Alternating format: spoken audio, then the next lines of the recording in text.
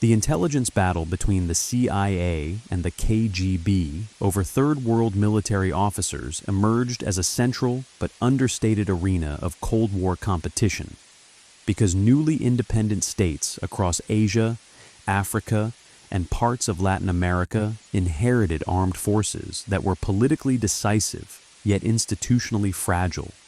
making officer corps loyalty a strategic variable capable of determining national alignment without the need for overt regime change. And from the late 1940s onward, both superpowers recognized that military officers in post-colonial states functioned simultaneously as security professionals, political actors, and symbols of sovereignty, granting them disproportionate influence over coups, counter-coups, and the long-term orientation of state power.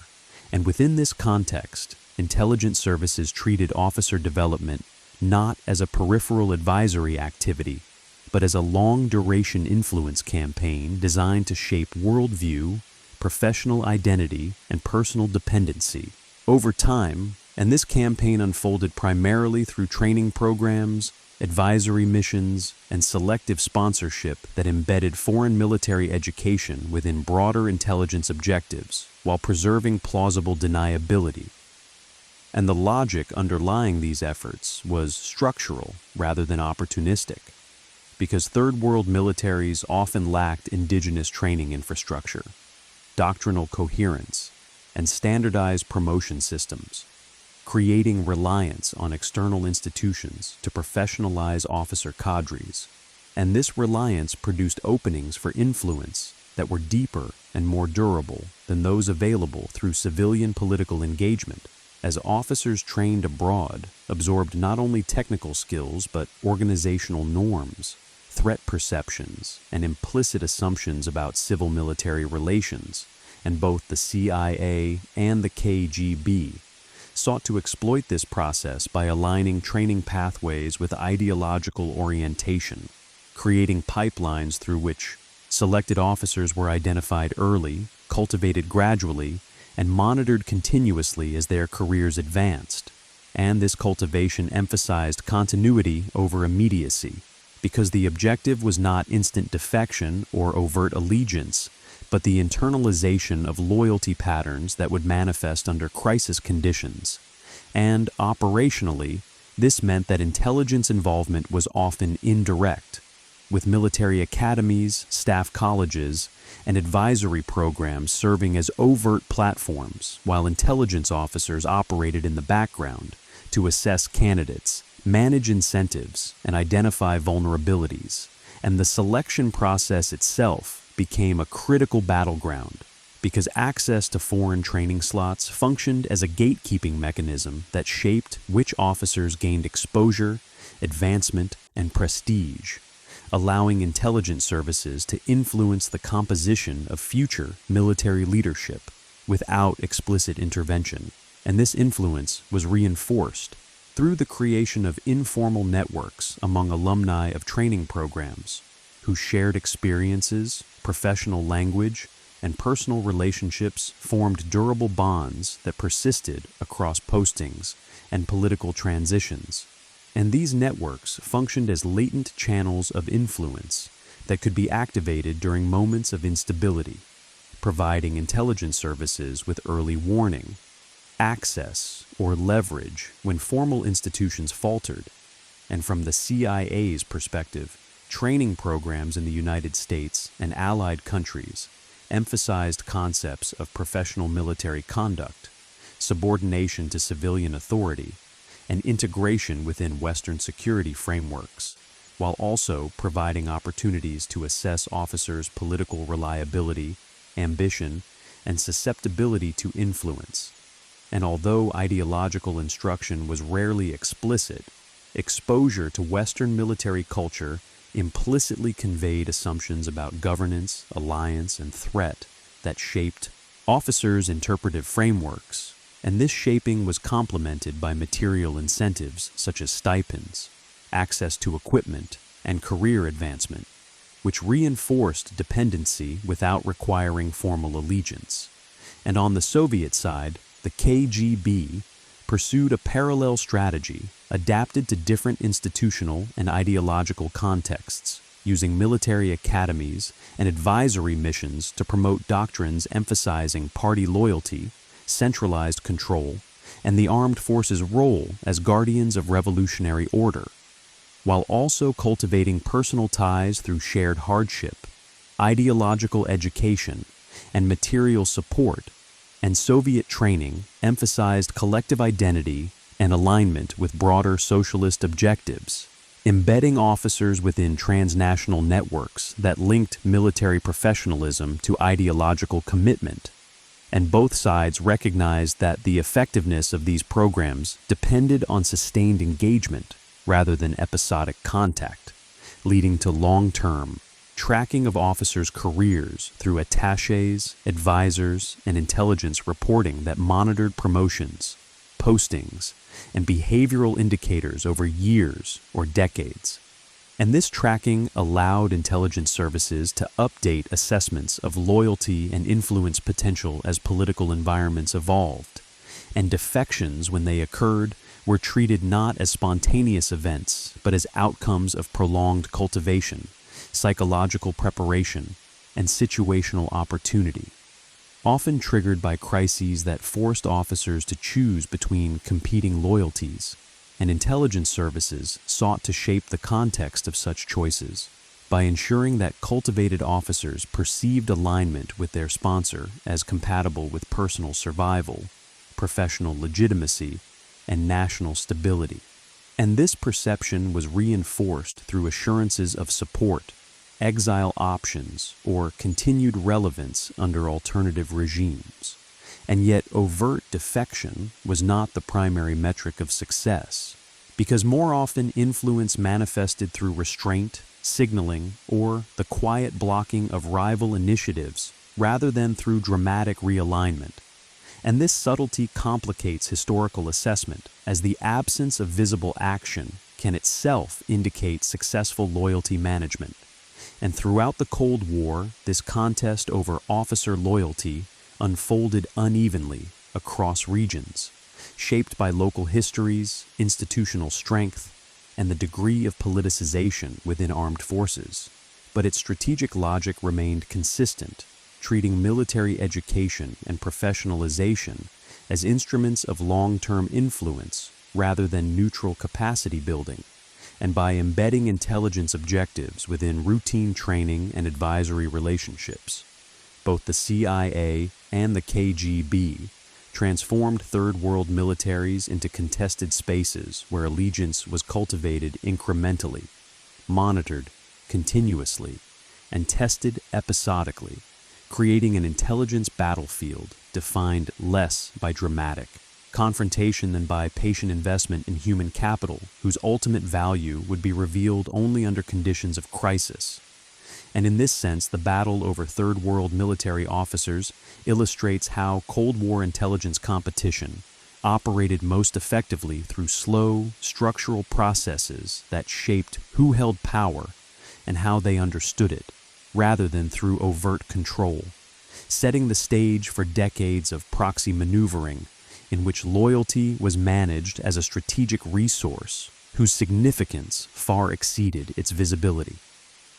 As this contest over Third World military officers intensified through the 1950s and 1960s, both the CIA and the KGB refined their approaches to loyalty management by integrating training programs more tightly with intelligence assessment and political forecasting, recognizing that officers did not operate in isolation, but within institutional cultures that could amplify or neutralize individual alignment. And this recognition shifted emphasis from recruiting singular assets toward shaping cohorts whose collective orientation would influence military behavior during moments of transition, such as decolonization, succession crises, or ideological polarization. And intelligence reporting increasingly focused on identifying which segments of an officer corps were ascending, which were marginalized, and how external training correlated with promotion patterns, because influence was most effective when aligned with institutional momentum rather than imposed against it. And within this framework, training abroad became a filtering mechanism through which future leaders were selected and socialized, embedding foreign exposure into career pathways that rewarded alignment implicitly. And the CIA in particular sought to align military assistance and education with broader security relationships, using access to equipment, joint exercises, and advisory missions to reinforce the professional legitimacy of officers who adopted Western-oriented doctrines while avoiding overt political instruction that could provoke nationalist backlash. And this restraint reflected an understanding that legitimacy within the officer corps depended on appearing autonomous rather than externally directed, and thus influence was exercised through norms and incentives rather than explicit loyalty tests. And this approach required sustained presence and patience, as intelligence officers and military advisors monitored officers over multiple postings, noting shifts in attitude, ambition, and reliability that could signal opportunity or risk. And the KGB pursued a similarly longitudinal strategy, emphasizing continuity of contact through repeated training phases, ideological reinforcement, and personal patronage that linked officers' professional identity to broader socialist networks. And Soviet advisors often embedded more deeply within local military structures, providing hands-on support that created dependency while also generating friction when local officers resisted perceived intrusion. And managing this friction became an intelligence task in itself, as missteps could push officers toward rival patrons or fuel internal opposition, and defections during this period, while relatively rare, were closely analyzed for lessons about motivation and timing, reinforcing the conclusion that loyalty was contingent and situational rather than absolute, and that officers often calibrated alignment based on assessments of regime durability, external support, and personal survival rather than ideological conviction alone. And this insight informed subsequent intelligence practice by emphasizing the importance of shaping officers' expectations about future outcomes, ensuring that alignment with a sponsor appeared to offer stability and continuity even amid political upheaval. And as Cold War competition expanded into Africa and Asia, these practices became increasingly standardized, with training pipelines, advisory frameworks, and intelligence liaison mechanisms replicated across regions, adapting to local conditions while preserving core principles of gradual cultivation and continuous assessment. And this standardization underscored the strategic value attributed to officer loyalty, as both superpowers invested resources over decades to influence individuals whose decisions during crises could determine national alignment without overt external intervention. And as a result, the intelligence battle over Third World military officers evolved into a persistent background contest that shaped coups, counter-coups, and policy trajectories indirectly, revealing how Cold War influence often operated through the management of professional identity and institutional norms, rather than through dramatic acts of espionage, embedding intelligence competition within the routine processes of military education and career advancement that defined the postcolonial security landscape. As the Cold War progressed into the late 1960s and 1970s, the intelligence battle over Third World military officers became increasingly complex as newly independent states accumulated their own internal histories of coups, counter-coups, and politicized armed forces, altering the assumptions that had initially guided CIA and KGB engagement. Because officers were no longer blank slates emerging from colonial rule, but actors shaped by prior interventions, factional struggles, and shifting civil-military norms. And this evolution forced intelligence services to adapt their loyalty management strategies from formative influence toward risk mitigation, as the primary concern shifted from cultivating orientation to preventing defection, fragmentation, or hostile takeover within militaries already marked by external involvement. And within this environment, training programs retained importance but operated under heightened scrutiny as host governments became more sensitive to the political implications of foreign military education, requiring intelligence services to operate through more indirect channels, including regional academies, third country training arrangements, and multilateral programs that diluted attribution while preserving access. And this adaptation reflected a broader recognition that overt alignment could provoke counterbalancing behavior, pushing officers toward rival sponsors, or encouraging regimes to diversify external relationships as a hedge against dependence. And intelligence reporting increasingly emphasized patterns of hedging rather than exclusive alignment,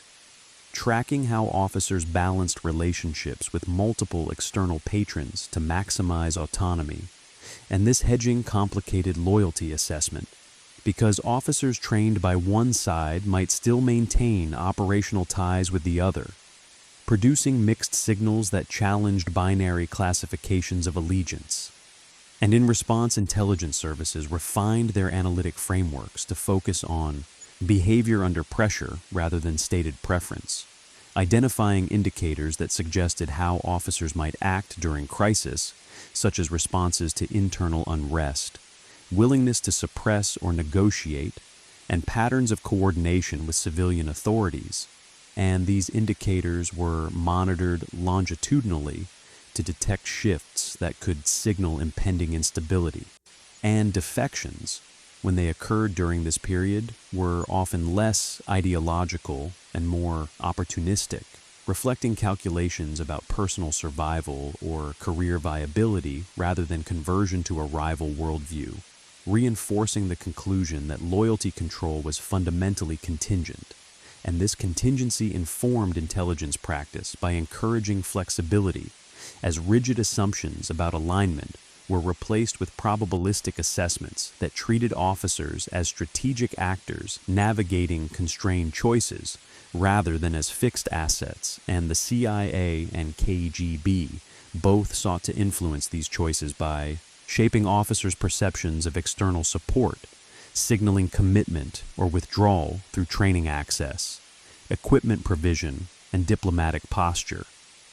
thereby affecting expectations about which alignment would be rewarded or punished over time. And this signaling function extended beyond individual officers to entire cohorts, as intelligence services assessed whether institutional trends favored centralization, fragmentation, or professionalization, recognizing that individual loyalty mattered most when embedded within supportive structures. And as a result, the intelligence battle increasingly intersected with broader efforts to influence military institutions as such, including doctrine development, command structure design, and promotion systems, areas where training programs could exert indirect but powerful influence. And by shaping how militaries understood professionalism, hierarchy, and the role of force in politics, intelligence services sought to create conditions under which officers would act in ways consistent with sponsor interests, even in the absence of direct control. And this institutional focus marked a maturation of the contest,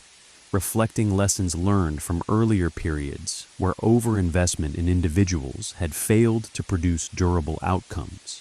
And as Cold War competition continued, the management of Third World military officers thus evolved into a sophisticated, multi-layered effort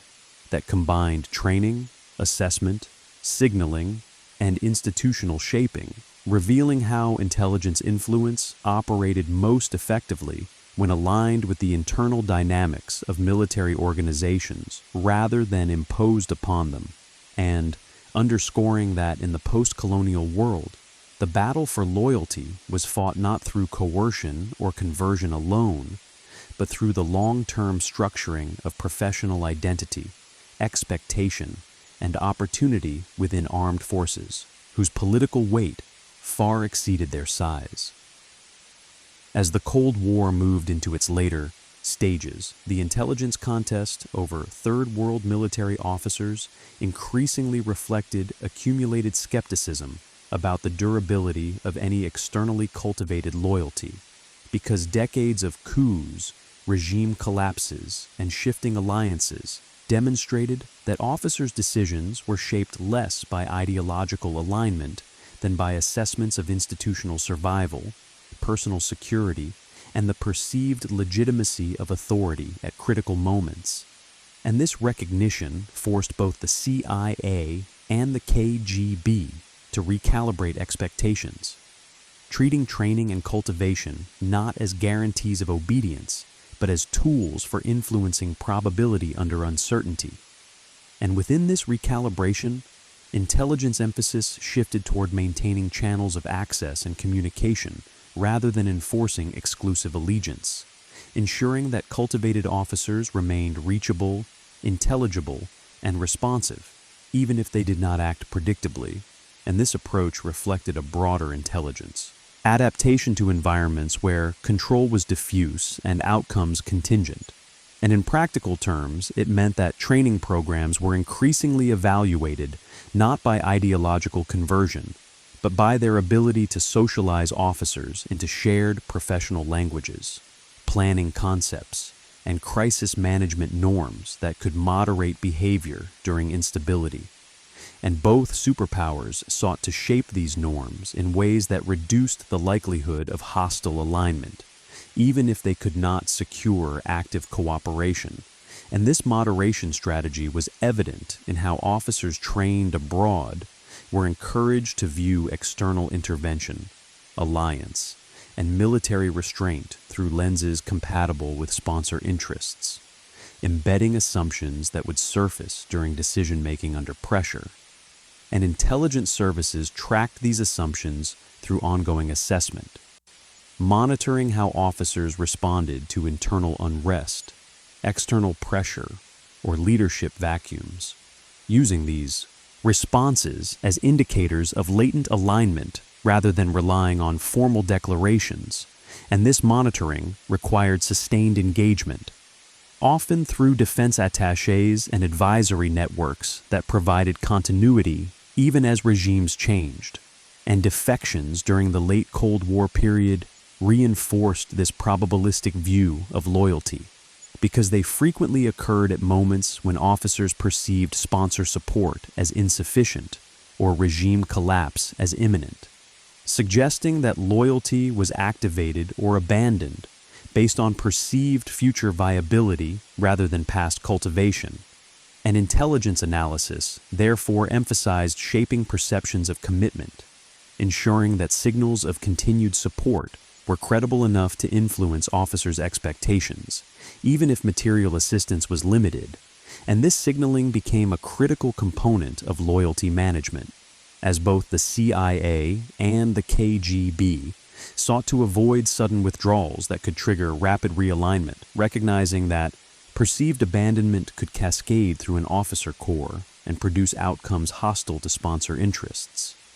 And as Cold War rivalry extended into its final years, the intelligence battle over Third World military officers thus became less about decisive control and more about managing risk, preserving influence at the margins, and preventing worst-case outcomes. And this shift underscored a broader lesson learned across decades of engagement, that in post-colonial military environments, intelligence power was inherently constrained by local agency, institutional fragmentation, and the volatility of political authority, and that influence could be sustained only through continuous adaptation rather than fixed allegiance. And by the late Cold War, this lesson was reflected in intelligence doctrine that treated officer training, defections, and loyalty control as elements of a long-duration management problem, rather than as instruments for achieving immediate strategic alignment, revealing how the most consequential intelligence battles were often those fought quietly over time, shaping how key actors interpreted choice, legitimacy, and survival rather than dictating their actions directly. And in this sense, the contest over Third World military officers illustrates how Cold War intelligence competition matured into a discipline of restraint and probability management, accepting uncertainty as an operating condition while seeking to tilt outcomes incrementally through education, access, and expectation rather than through overt command or coercion. As the intelligence contest over Third World military officers approached the final years of the Cold War, its accumulated history produced a more restrained and institutionalized approach that emphasized continuity over ambition. Because by this stage, both the CIA and the KGB had internalized the lesson that officer loyalty could rarely be fixed permanently, and that attempts to impose rigid alignment often produced counterproductive backlash, and this understanding led intelligence services to prioritize long-term access, reputational credibility, and predictability rather than dramatic influence, shaping how training programs and advisory relationships were structured and maintained. And within this approach, the value of military education lay less in ideological imprinting than in the creation of durable professional ties that could survive regime change, allowing intelligence services to retain points of contact even as political authority shifted.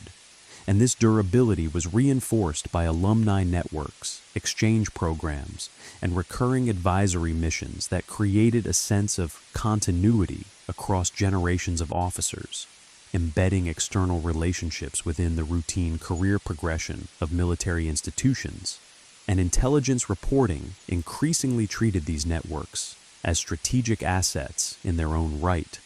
because they provided early warning of emerging instability, insight into factional dynamics, and opportunities for discreet communication during crises. And this emphasis on networks reflected a maturation of loyalty management from individual cultivation to ecosystem maintenance, recognizing that influence flowed through relationships rather than directives, and defections in this late period were often interpreted less as intelligence victories than as indicators of deeper structural change, signaling regime fragility, loss of legitimacy, or misalignment between political leadership and military institutions. And intelligence services use these signals to reassess broader posture rather than to celebrate individual outcomes. Understanding that the defection of a single officer rarely translated into sustained influence unless embedded within supportive institutional conditions. And this analytic shift underscored how the intelligence battle had evolved from a contest of recruitment into a process of interpretation, where the primary task was to understand how officers perceived risk, legitimacy, and future alignment rather than to dictate their choices. And this interpretive role was reinforced by the increasing complexity of postcolonial states, where ethnic, regional, and economic factors intersected with military professionalism to produce unpredictable outcomes. And intelligence assessments therefore emphasized context and contingency, mapping how training background, patronage networks, and operational experience interacted to shape officer behavior under pressure. And as the Cold War neared its end, the persistence of these practices highlighted a central reality: that the intelligence battle over Third World military officers had become a permanent feature of international security rather than a transient Cold War tactic, influencing how external powers engaged with emerging states, even as ideological rivalry receded. And in this sense, the late-stage evolution of this contest reveals how intelligence influence matured into a discipline of management rather than control, accepting the autonomy of local actors while seeking to shape the informational and relational environment in which their decisions were made. And this maturation reflected the broader trajectory of Cold War intelligence, moving from early confidence in decisive intervention toward an acceptance of limits imposed by sovereignty, institutional complexity, and the unpredictability of human agency. In concluding the examination of the CIA and KGB battle over Third World military officers, its enduring significance lies in how it revealed the limits and possibilities of intelligence influence in environments where political authority, institutional legitimacy, and personal survival were tightly intertwined, because across decades of Cold War competition, both superpowers learned that loyalty could not be commanded or permanently secured, but only shaped probabilistically through sustained engagement, professional socialization, and the management of expectation. And this lesson transformed military training programs, advisory missions, and intelligence liaison from auxiliary activities into central instruments of long-term strategy, embedding influence within the routine processes of officer development rather than seeking decisive outcomes through overt control. And in doing so, it shifted intelligence practice toward patience, continuity, and restraint, as success came to be measured not by dramatic defections or visible alignment, but by the avoidance of hostile outcomes during moments of crisis, when officers' choices carried disproportionate political weight. And this reframing acknowledged that Third World militaries operated within volatile contexts where allegiance was contingent on regime durability, external credibility, and internal cohesion, making intelligence influence inherently fragile and situational. And throughout the Cold War, the CIA and the KGB adapted to this reality by investing in networks, access, and professional norms that could moderate behavior even when loyalty could not be guaranteed. Accepting that influence would often manifest indirectly through restraint, signaling, or institutional continuity rather than through obedience. And this acceptance marked a maturation of Cold War intelligence doctrine, moving away from assumptions of controllability toward an appreciation of local agency and complexity. And from a historical perspective, the contest over military officers illustrates how some of the most consequential intelligence battles were fought quietly over time, shaping who rose within armed forces, how they interpreted legitimacy and threat, and how they perceived their options under pressure. And these subtle effects often mattered more than overt interventions, because in post-colonial states, the military frequently served as the ultimate arbiter of power, and its internal norms and expectations could determine national trajectories without external actors, ever appearing directly and by embedding intelligence objectives within education, training, and professional exchange. Both superpowers sought to influence those trajectories while preserving deniability and minimizing backlash, revealing a form of Cold War competition defined less by confrontation than by long-term human capital management. And in this final view, the battle over Third World military officers stands as a defining example of how intelligence influence operated within constraints, accepting uncertainty as permanent and seeking advantage through incremental shaping rather than decisive control, leaving a legacy that extended beyond the Cold War itself into contemporary security relationships, where training, access, and professional networks continue to function as instruments of influence in a world shaped by the same tensions between sovereignty, dependence, and power that defined the post-colonial era.